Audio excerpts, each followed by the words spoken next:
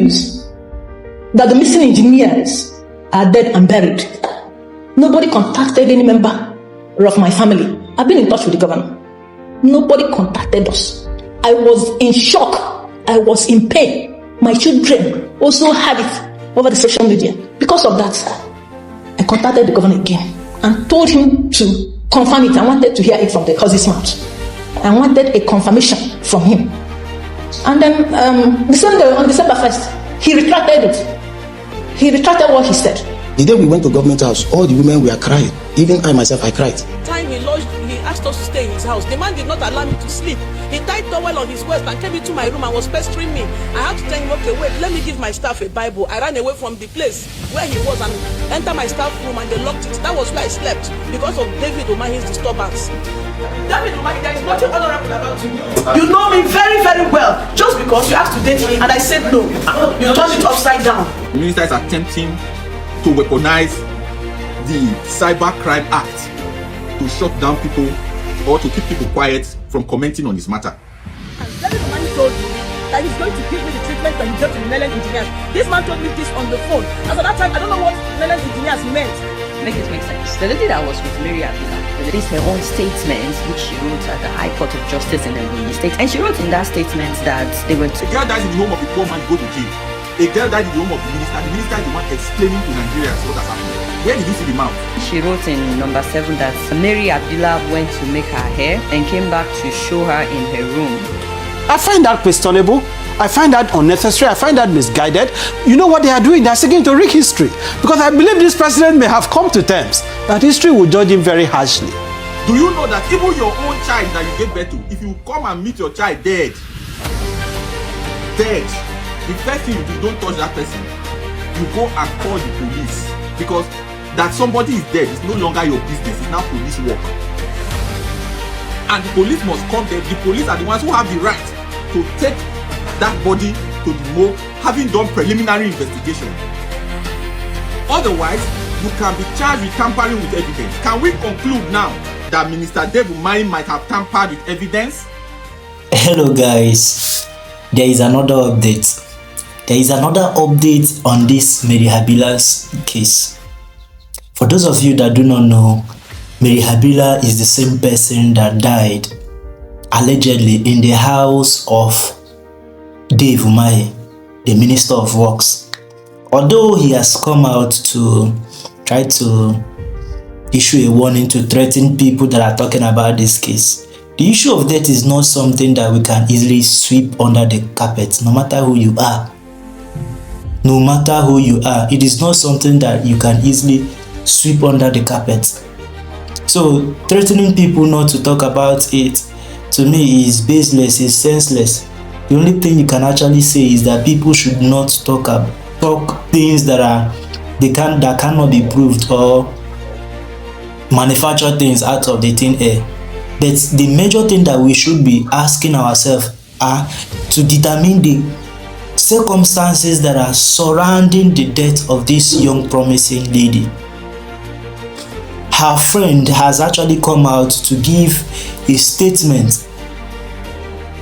If you look at the statement critically, you will notice that a lot of things do not tally with the statements that Dave Umahi himself made in the press conference he granted. So this made me believe that there is a conspiracy underground. There is something that is not yet clear. There is something we are not being told. So the speculation will definitely keep on going on until we determine the root cause of this lady's death. I love the way a journalist, Adiola, analyzed this statement. I want you to watch this video carefully. Like this video, subscribe to this channel and turn on notifications so that updates like this can easily get to you faster. Watch this video. I will be right back. make it make sense. The lady that was with Mary Habila, the lady that died in the home of the Minister of Works in Nigeria, David Umahi, the lady released her own statement, which she wrote at the High Court of Justice in Ebonyi State. And she wrote in that statement that they were together in the same chalet, but in separate rooms next to each other. This is what she wrote. Number 6 is where I am right now. We stayed in the same staff chalet in our respective rooms, which are next to each other. And then she wrote in number 7 that Mary Habila went to make her hair and came back to show her in her room. After they joked about it, Mary told her that she was tired and she wanted to take a shower before sleeping. And that was the last time that they saw each other for the night. Number 8 says, the following morning, when I did not see her as usual, I called her phone, but the call was not going through. And then I left my room to knock on her door, which was locked from the inside, but there was no response. Then I became apprehensive and instructed a domestic servant to search for her around the house. Number 9, she was not found anywhere in the house, so I alerted everyone and a thorough search began, which led to forcing her door opened. Lo and behold, she was found on the floor close to the door. That she was eventually rushed to David Umahi Federal University Hospital, where she was confirmed dead on arrival. Okay, so this is what the lady said. Remember, she said that she lives next door to Mary Habila. Meanwhile, the minister gave his own side of the story at a press conference, and going by his words, it sounds like the minister knows more about what happened in her last hour than her friend that was sleeping next door. She spoke to her boyfriend at the hour of her death and complaining that she was bleeding. How did the minister know that she spoke to her boyfriend at the hour of her death? Even the friend did not put all this. I'm not accusing the minister of anything. I'm just saying. Now, wow. At the hour of her death and complaining that she was bleeding from the nose. So she told her boyfriend that she was bleeding from the nose at the hour of her death. So what was done if she was bleeding? Because according to her friend next door, by the time they found her, she was already dead. But according to the minister, she was still calling her boyfriend when she was bleeding through her nose. So did the minister take her to the hospital? The boyfriend said no. You have to report.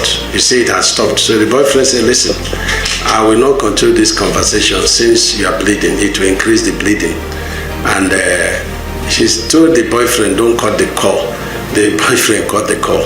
So if she was bleeding through her nose, did they now take her to the hospital? And why would the boyfriend cut off the phone? If you have a girlfriend, she's bleeding through her nose, you're not there, will you now cut the phone, or will you make sure that she gets medical help? It's not adding up that the boyfriend will cut off the phone when she was bleeding. And 3 minutes later, the boyfriend called again.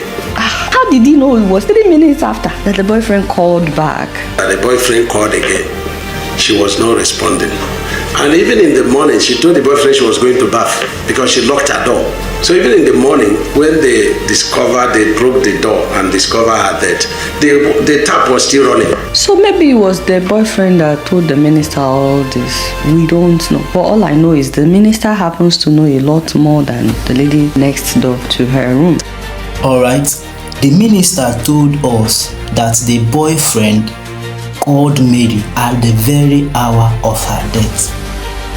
Now the question is, how did the minister know that the boyfriend actually called Mary at the very hour of her death? Remember, compare the statement that this Mary's friend made and what the minister told us. The friend said that Mary informed her that she was tired and she needed to have her bath. That was in the evening before she slept. Now the minister is telling us that the boyfriend spoke with Mary and Mary told him that she was bleeding through the nose. First question, how did the minister know? It could be that the boyfriend told him, no doubt. It could also be that they actually broke into her phone. We don't know yet. There is a lot that has not yet been unraveled. That has not yet been unraveled. That led me to the very most important question. To the boyfriend that said, that was informed that Mary was bleeding through the nose. And according to the minister, 3 minutes later, like 3 minutes, he was so exact later, he was trying to reach Mary and her line wasn't going through, or rather she wasn't responding. She was not responding. What did the boyfriend do? Like, imagine with me that someone told you, we don't actually know her medical records. We don't know her records actually. Now she told you that she is bleeding through the nose. What was done? Nothing has been revealed. Now remember, it was in the evening that she said she wanted to go and take her bath. Now that till the morning when she was discovered at the entrance of her door, and according to Dave Umahi, the tap was still running. What did the boyfriend do? Did the boyfriend call anybody? See, I'm calling Mary, she is not responding. This tells you that the minister himself has a lot that she knows, even more than the friend that was sleeping next door. Let us continue. So he wants to start suing people that are reporting about it.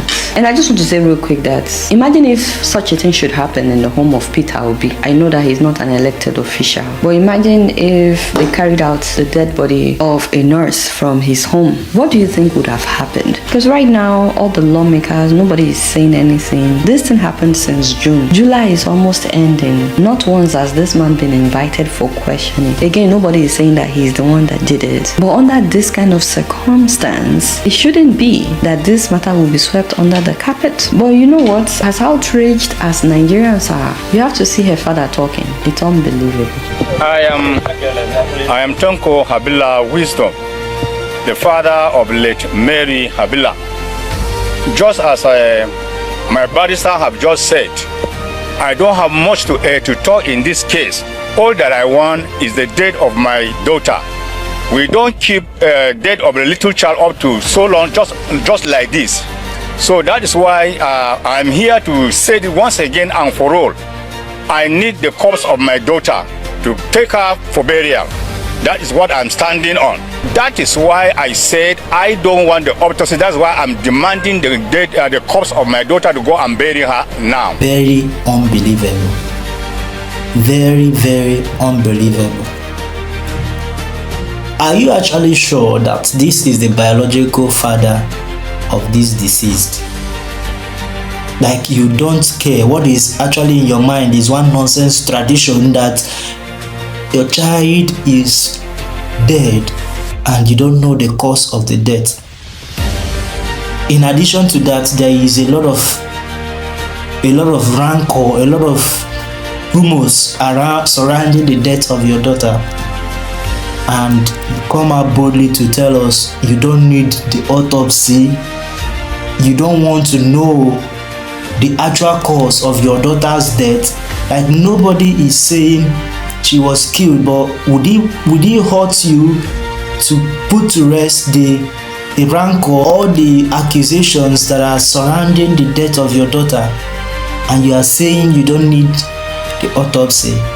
Something is very, very fishy. Now let's look at a man behind this man. The man that was in this clip, the man that was standing just right next to him. You will notice something very fishy. So it's either this man is being blackmailed, or this man probably must have collected money to be silenced, or he is playing ignorant while knowing the true cause of the death of his daughter. Let's continue. So basically, the father is saying that they don't want autopsy done, and he's asking that her body must be released so that they can bury her. A lot of people are saying this is strange. No, sir, if you are demanding for the cost without autopsy, his family are not pressing charges because there are allegations that probably death will have been caused by some circumstances. So what is the position of the family on this matter? The position of the family in this matter is, I've just said, we are of the truth. We need the corpse of this daughter. We don't want that autopsy that they are talking about. Yes, sir. Are you suspecting anybody? I am not suspecting anybody because death can occur. Even as we are standing here, one can fall here now and die. So we are not suspecting anybody. It has happened. It has happened. Wow. The man standing next to them in the suit, did you hear him say something about pressing charges? So what is the position of the family on this matter? The position of the family in this matter is, I've just said, we are of the truth. We need the corpse of this daughter. We don't want that autopsy that they are talking about. Yes, sir. Are you suspecting I thought I heard we're not pressing charges, but he said something about not pressing charges. Yes, sir. I don't know who he is, but wow. I mean, as much as Nigerians are trying to fight for justice for Mary, when you listen to what the father said, you're just like, what? It is now the minister that is saying, no, they should do autopsy. And the family is like, no, we don't want autopsy. Just the mere fact that this man said, I am not suspecting anybody, makes it very, very fishy. It makes it look like he is trying to cover something. Well, I'm curious to know what you think about this situation, because it's not like we are trying to accuse anybody. If the parents, if the relatives are saying we don't need autopsy, it is left for you to be the judge of the case. Now, there is a reason why anytime there is a crime, people with questionable character are always suspected first. Dave Umahi, the Minister of Works, has series of records lying behind him, like the case of these Nelan engineers, that a lot of engineers went missing while he was still serving as a governor. And this case of Tracy that came out to say that the reason why Dave Umahi refused to pay him was because he was asking him for a relationship. Watch the video. I will be right back. This ongoing protests in Abuja, engineers who allegedly disappeared in Ebonyi during the time the Prime Minister of Works was former governor of Ebonyi State. That engineer David Umahi was governor in Ebonyi. But there's somebody who couldn't join the protest, so I'm catching up with her somewhere in Lagos, and we just want to hear a story because it's actually really touching. I'm Mrs. Patricia Onyema, the wife of the lead engineer of Nelan Consultants. The name of my husband is Nelson Onyema, the lead engineer. He led the other engineers to Abakaliki on the 3rd of November when they disappeared. I can't be in Abuja with two people. For some time now, I've been hiding away. I've been squatting from place to place. I've been fearing for my life. I've not been comfortable. It has been a hard life since I lost my husband. Are there threats to you as well?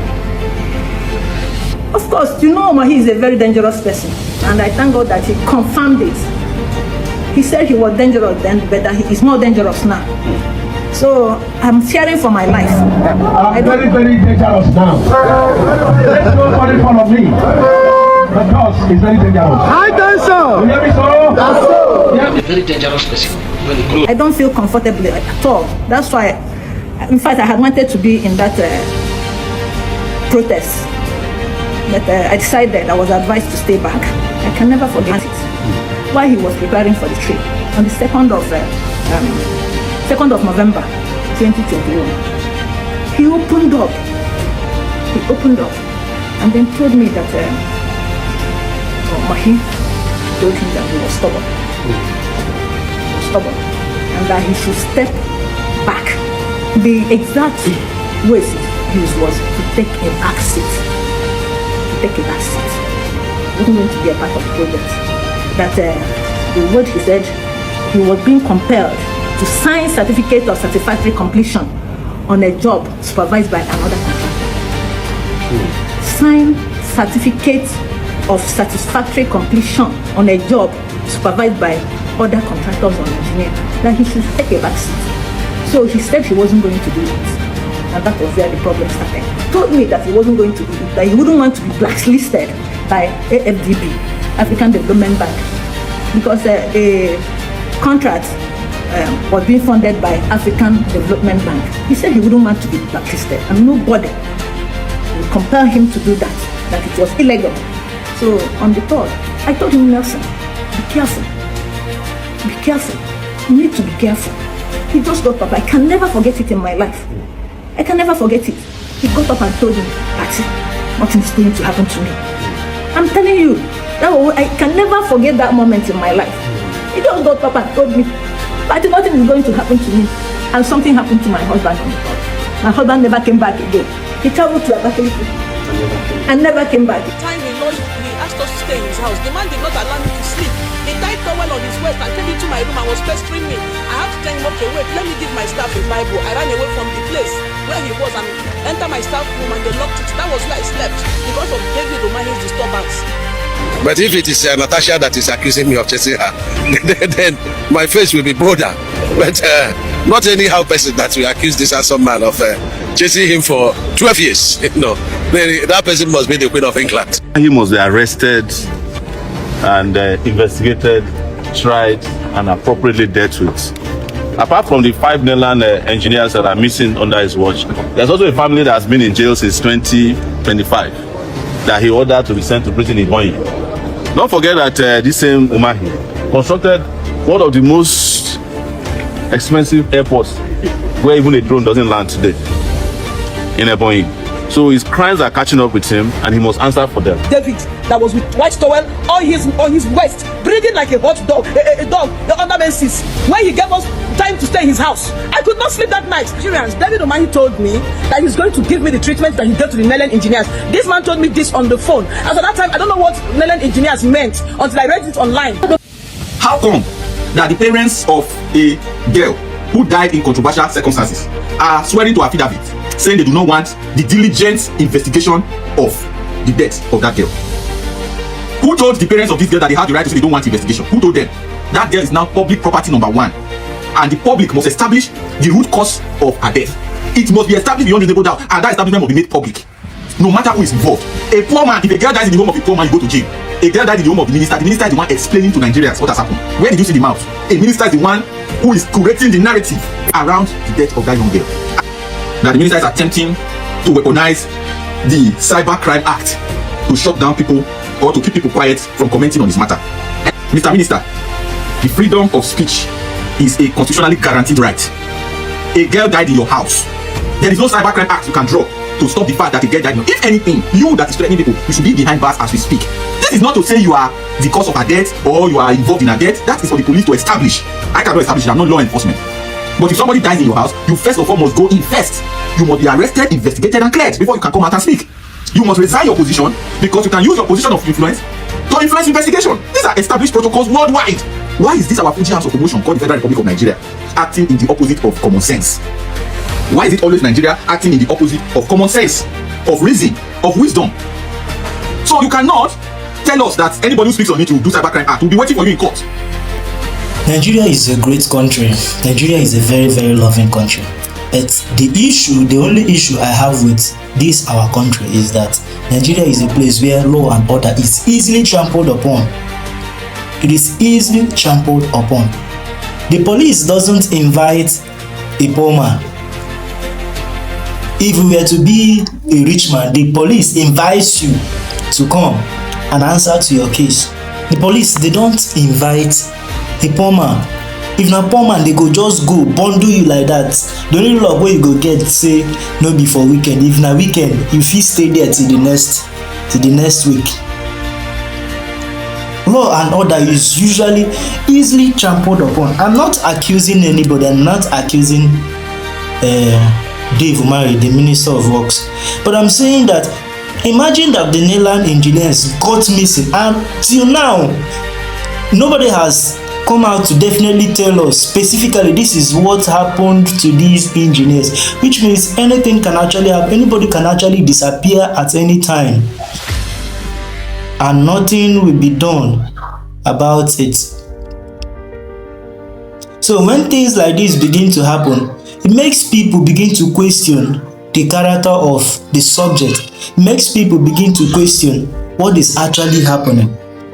Ashamola once said that commit every sin that you can. You just have to defect into APC and all your sins will be forgiven.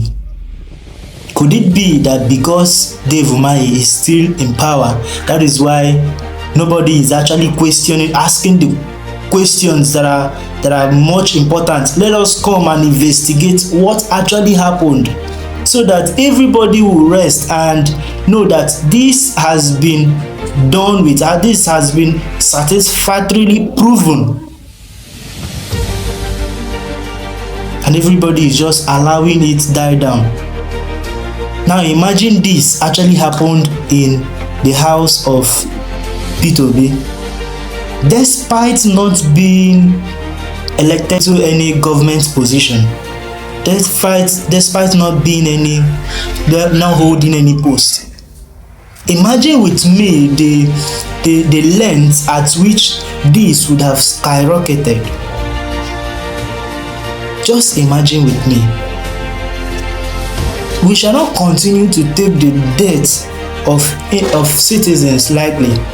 Like I said, it will not be wise to accuse anybody, but what we are saying is that even the family in question should allow the appropriate quarters to determine the root cause of the death of this young lady.